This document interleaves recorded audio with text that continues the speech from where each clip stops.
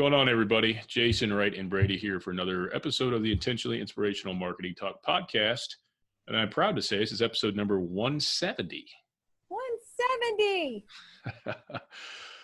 This episode is going to be sponsored by an awesome sponsor. It is Funnel Building for Profit.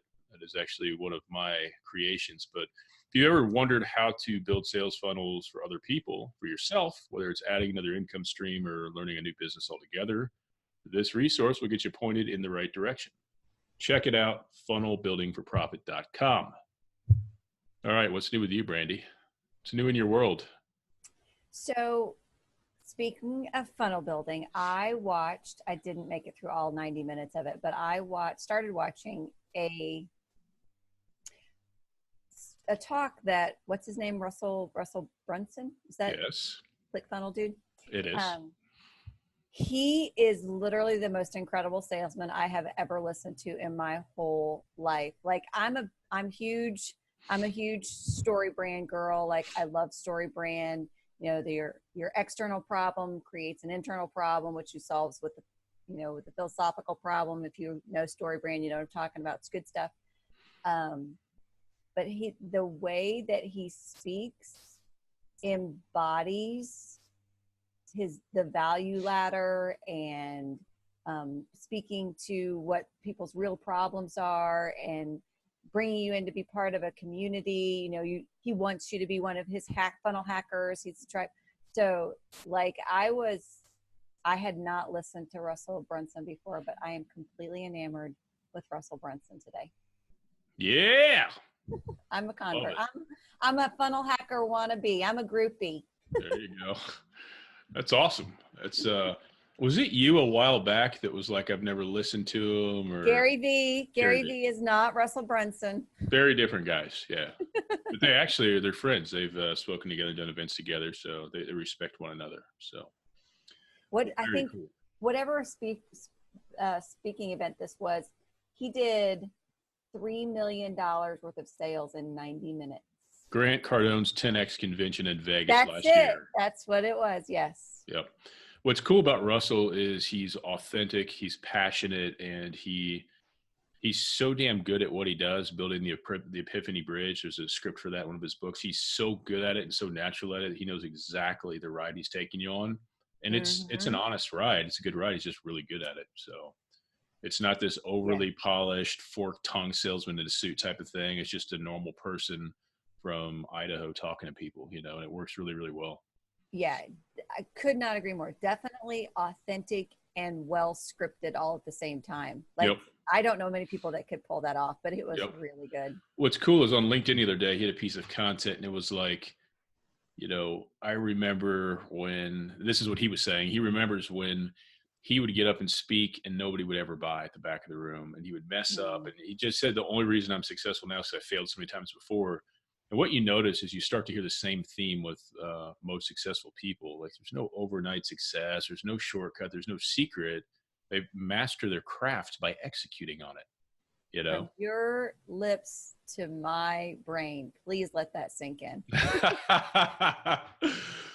So I've got a topic I want to talk about this week, and it is from a high level, growing your content machine. And for somebody like you who's starting to get into that mode of, I believe I can do something on my own, I'm excited about it, I'm curious about it, to somebody who's been in business a long time, I think everybody can benefit from creating more content consistently.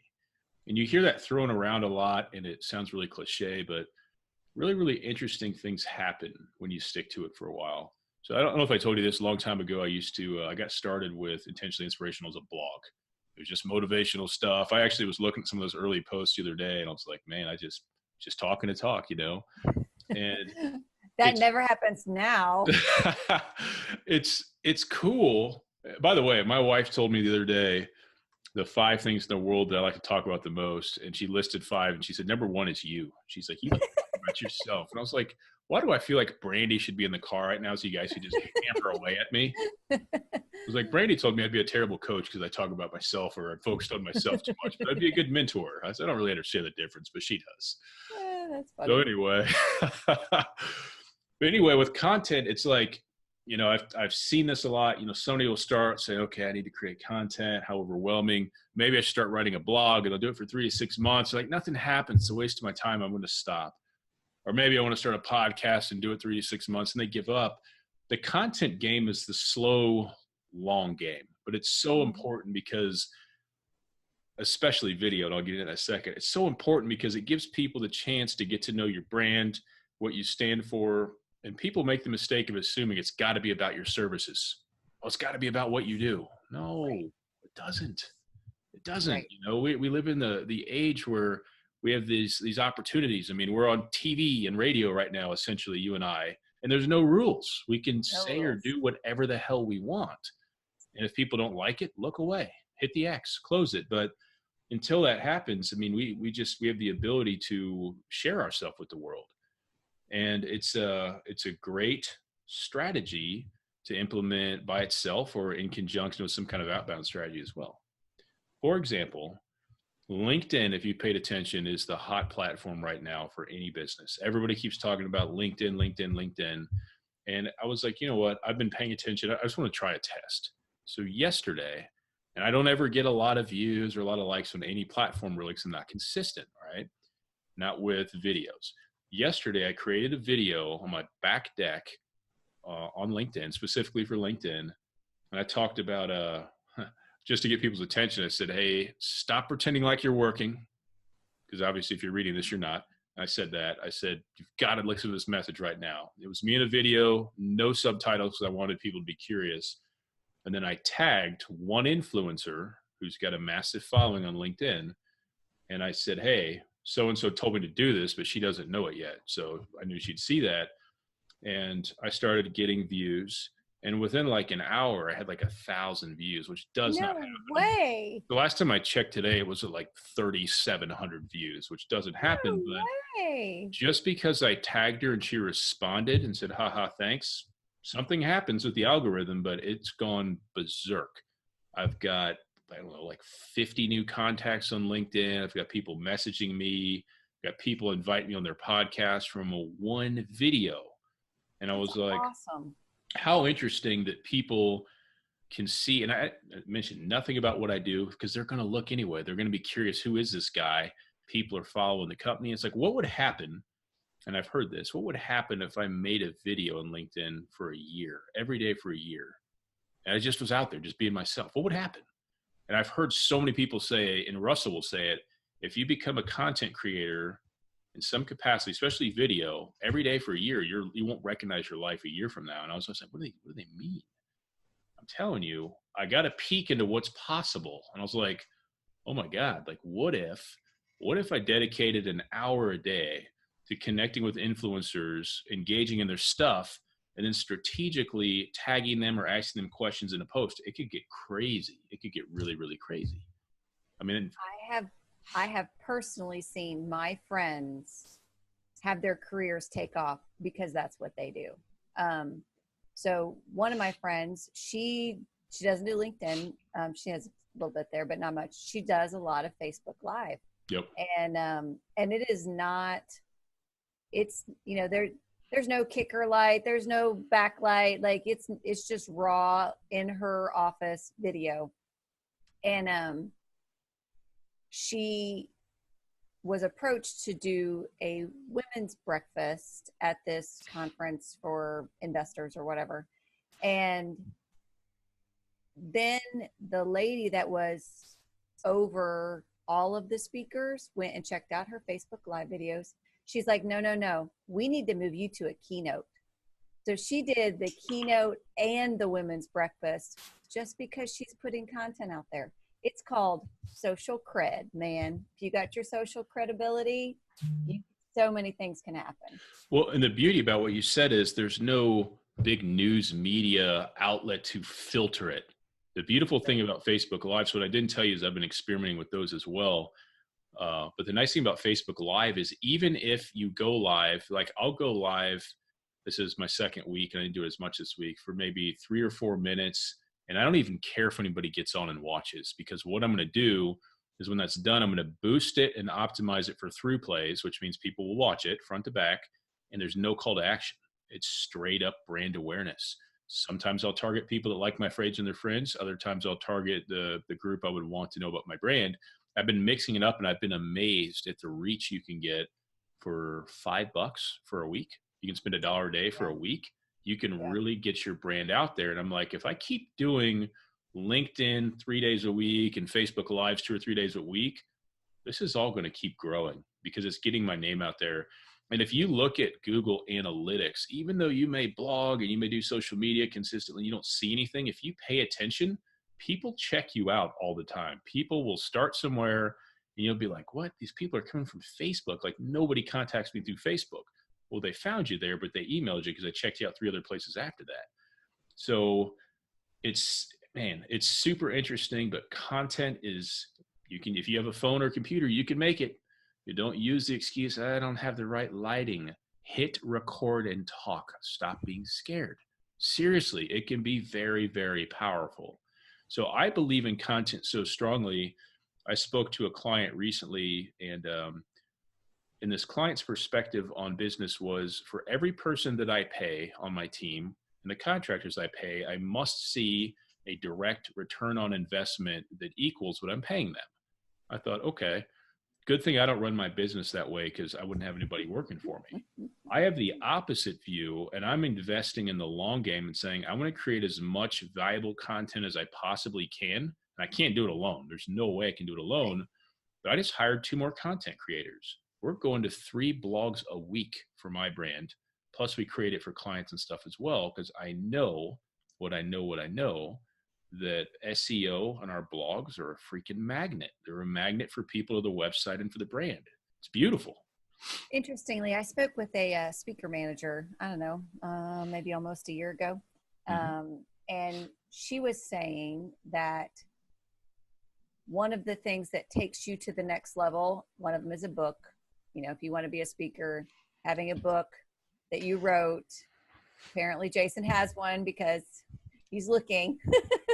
If you're just listening, he's like turned around to his shelf like, I got that. There you go. Look at that. But so one of the things if you're a speaker, to take you to the next level is having a book.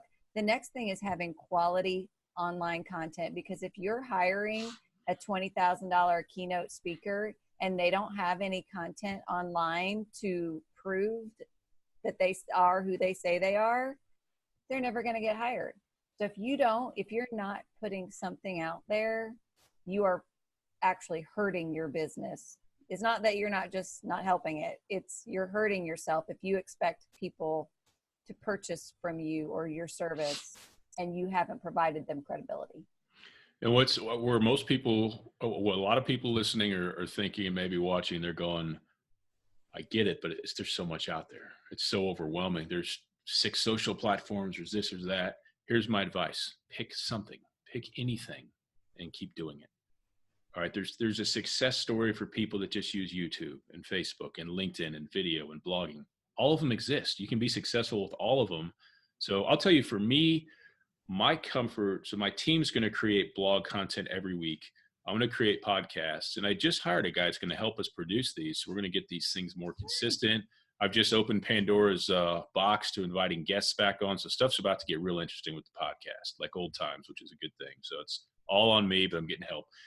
But I know that I can contribute to the cause. Live video or video, I'm super comfortable with. I enjoy it. It lets people see my personality. But LinkedIn and Facebook, for me, that's where I'm going to supplement the machine. Because I know there's social content every day. I know there's blogs. I know there's other stuff, but you can't do it all. Right. You know, Pat Flynn's one of the guys that's like, be everywhere. And then you talk to you listen to an Amy Porterfield, and she's like, pick and choose. Doesn't matter. There's a million ways to get from where you are to where you want to go. Don't obsess about finding the one path. Find your strength and your comfort and run with it. My mama always says, all roads lead home. There you go. I don't know why. I just envisioned chicken and watermelon in the hills of North Carolina when you said that. Well, I'm from Missouri, but it's the same. You forgot the corn, it's basically the same. You forgot the corn and the soybeans and the combine, but it's the same. Do you know anybody that actually eats soybeans? I love edamame. Do you not love edamame? We get the frozen kind that you microwave and get that instant. Yeah. For a while, we were eating the pods, and I was like, I don't think you're supposed to eat the pods. No, And they were you're like, not supposed to eat nah. the pods. Well, Google search got us on the straight and narrow. So let me ask you this: for you personally, where's your comfort, your content comfort zone? What would you be most apt at doing consistently? It's funny that you asked, because that's what I was sitting here thinking as you were talking, because I have, as I told you last time, I have made the commitment to work on my business. I'm still, I think probably every entrepreneur feels this. I still don't feel confident in that.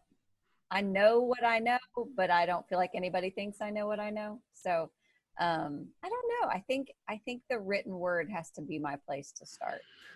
You know what's funny about that is blogging. I used to write all my own blogs. I don't write that many now, but blogging has always been that thing that if I could only do one, that's probably what I would do. Because when I'm interested in something or I want to learn, like videos are cool, but I like to read about it as well. I like to read, reviews and blogs, and that reading piece. There's like almost a different brain process or a different learning process that happens when you read. So written content's never going to go out of style. There's always people that are wired and geared that way. And it's very expressive. The way that I write and speak is similar, but you're going to get different things reading my book versus me speaking it to you or something. You know what I mean? Or vice versa, whatever the case may be. So yeah, with that, are you like struggling with imposter syndrome a little bit? Like, who am I? Like, how do I think I'm qualified type of thing? Yeah, that's probably pretty good label for it. Well, what's interesting is I figured this out. You only need to know, I used to think you need to know 10% more than your client. While I still think that's true, I think you can know as much as your client, like on the same playing field, but sometimes they just want reassurance or they just want somebody else to do whatever it is for them. So this idea of, oh God, I need 10,000 hours, you don't need that. It's unnecessary. It's completely unnecessary. Absolutely. So it's almost, it's similar to that, but it's a little bit different because I know, I mean, my coach training, which I did 10 years ago, you don't need to know their business. You just need to pull what they know out of them. And yeah. I know that. Yeah. But the sales piece is, they don't think that. They think I need to know more than they know in order to buy from me. Yeah. And I know that that's not true. Like logically, if I think about that, but it always just creeps back in. It's like, nobody's going to buy that because they're going to think you don't know more than they do. And they don't want that. But I'm telling you, I'm not going to get too specific, but the big example that just took that crap out of my head forever is I was working on a funnel for somebody one time and I saw what they were selling and I saw what they were selling and how they were doing it. And I was like, okay, 30 to 40,000 a month with an okay product and a horrible, everything was wrong. Everything was broken. And I'm like, they're still killing it. So this idea of perfection and people judging, dude, it's not that deep. We as a culture, we as a species, I think sometimes make it too complicated. People buy from people they like. You are very likable. You seem confident and passionate about what you're doing. So if you have a conversation with somebody and they believe you can get them to a place that's better than where they are, you're going to make sales. It's that simple. You don't need to brush up on any skills. You just need to be yourself. Boom. Boom. Sage advice. Jason Wright, right But here. seriously, You were part of it. Absolutely. Seriously. So I did get my first coaching client already. Did you really? Mm-hmm. Why did I know that was going to happen? God, that is so cool. Maybe this is premature, but do you do coaching for everybody? Is it entrepreneurs? Is it businesses? Who do you want to work with? People that are developing. So that could be you're an entrepreneur and you're building your business. It could be you have a small business and you want to take it to the next level. You want to build your team. Life coaching ends up being part of your business coaching because your life always invades your business life, whether you want it to or not. But I really like taking people to the next level and helping them set goals and objectives to get from where they are now to where they want to be. So it looks really different. Yeah. And maybe this is going to blindside you, but I don't care. I'm going to do it anyway because what are you going to do about it? But if somebody listening's been following along, they're like, man, I like the way Brandy rolls. And I'll tell you, I would highly recommend Brandy being involved with anything you want to do because she's awesome and she's the real deal. If somebody listening is curious about maybe working with you for their coaching, how could they get in touch with you? Look at you just throwing it out there. Well, I guess they could email me. I think my email is on the site, and it's also BL Montambo, MONTAMBO @gmail.com. But Yep. I have no website. I have no Facebook page. I have no show. As I just mentioned a minute ago, you have to have social cred, and I have none. But if you're okay with that, come on, let's talk. Yeah, and if you have questions about Brandy and she doesn't have a site or you can't remember the email or something, just go to intentionallyinspirational.com /podcast. Or you can even send me a message through chat and I'll make sure to connect you guys together. So how's that? I did think of it. But one more question before we go, because we have like just rambled this whole podcast, but that's okay. I think it's good stuff though, honestly. So I have a suggestion given to me for the name of my company. You want to throw darts at it? Sure. Okay. So not my coaching, but the workshops and all the other stuff that I want to do is focused around customer experience, not digital customer experience, but like the whole company customer experience, like what the person feels when they walk in the store, what the salesperson feels like, that kind of stuff. So my goal is, my value prop is helping you understand your company so your customers will love you. And that involves like journey mapping and identifying your value streams, all that kind of stuff. So because I like customer experience,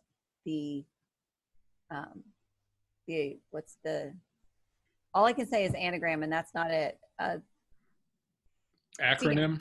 Thank you. Gosh, that's terrible.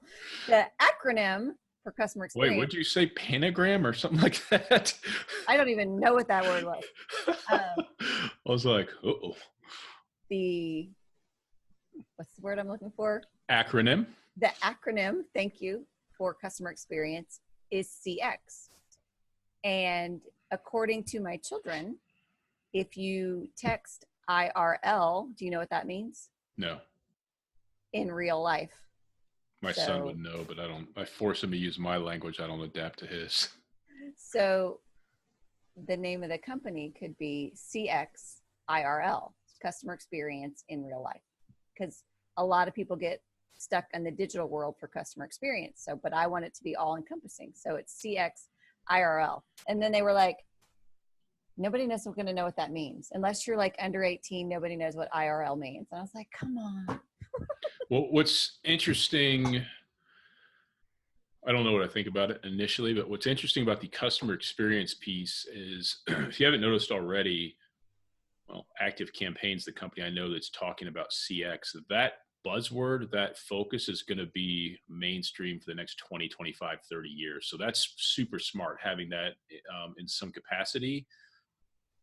I don't know. I mean, my business name doesn't make sense at all for what I do, but people love it and it works. So I think you just have to settle in on a name that really feels right to you and roll with it. It's got to pass that feel right check. If you have that, I make a lot of decisions based on gut. So that's what I trust. Outwardly, if I see CXIRL, I have no idea what that means. No one's going to have any idea what that means, but people don't know what mine means either, So there's that. But I think that CX aspect to it is super interesting and super relevant as far as timing. Cool. That's good feedback. I'll take that. Good. See, you didn't know what IRL meant either. No. No. Because my son would probably say that to me and I'd be like, but this is real life. What are you talking about, dude? I don't know. Go text somebody. Get out of here. Nice. Well, awesome, guys and gals. By the way, if you're listening and you want to give feedback on CX IRL, feel free to do whatever he said about the podcast email. Yeah, you can go to intentionallyinspirational.com and hit us up in the messenger bot in the lower right-hand corner of the screen. And any information you want us to know, we will respond and interact with you, because that's what we do. I love it when people reach out to that. They're like, I want to talk to a real person. I'm like, this is a real person. This is Jason. What do you need to see for proof? They're like, no, it's not. And I'm like, really? You think I made a bot that said this is Jason and start arguing with you? Come on. So I need Jason IRL. Well, yeah, thank you guys for checking out this episode of the podcast. If you guys aren't making content consistently, here's my one takeaway for you. Pick something you're comfortable with. I strongly suggest video because it's so consumable. People can see you, get the voice of the brand. There's so many benefits to video, and give it a shot. Go for like 30 days consistently and see what happens. My guess is it's going to be way more than you bargained for. Try that little hack on LinkedIn. Tag an influencer, make it relevant, and watch the views, see what happens. So awesome. Thanks, Jason. Yeah. Thanks for listening, everybody. See you next time. Peace out.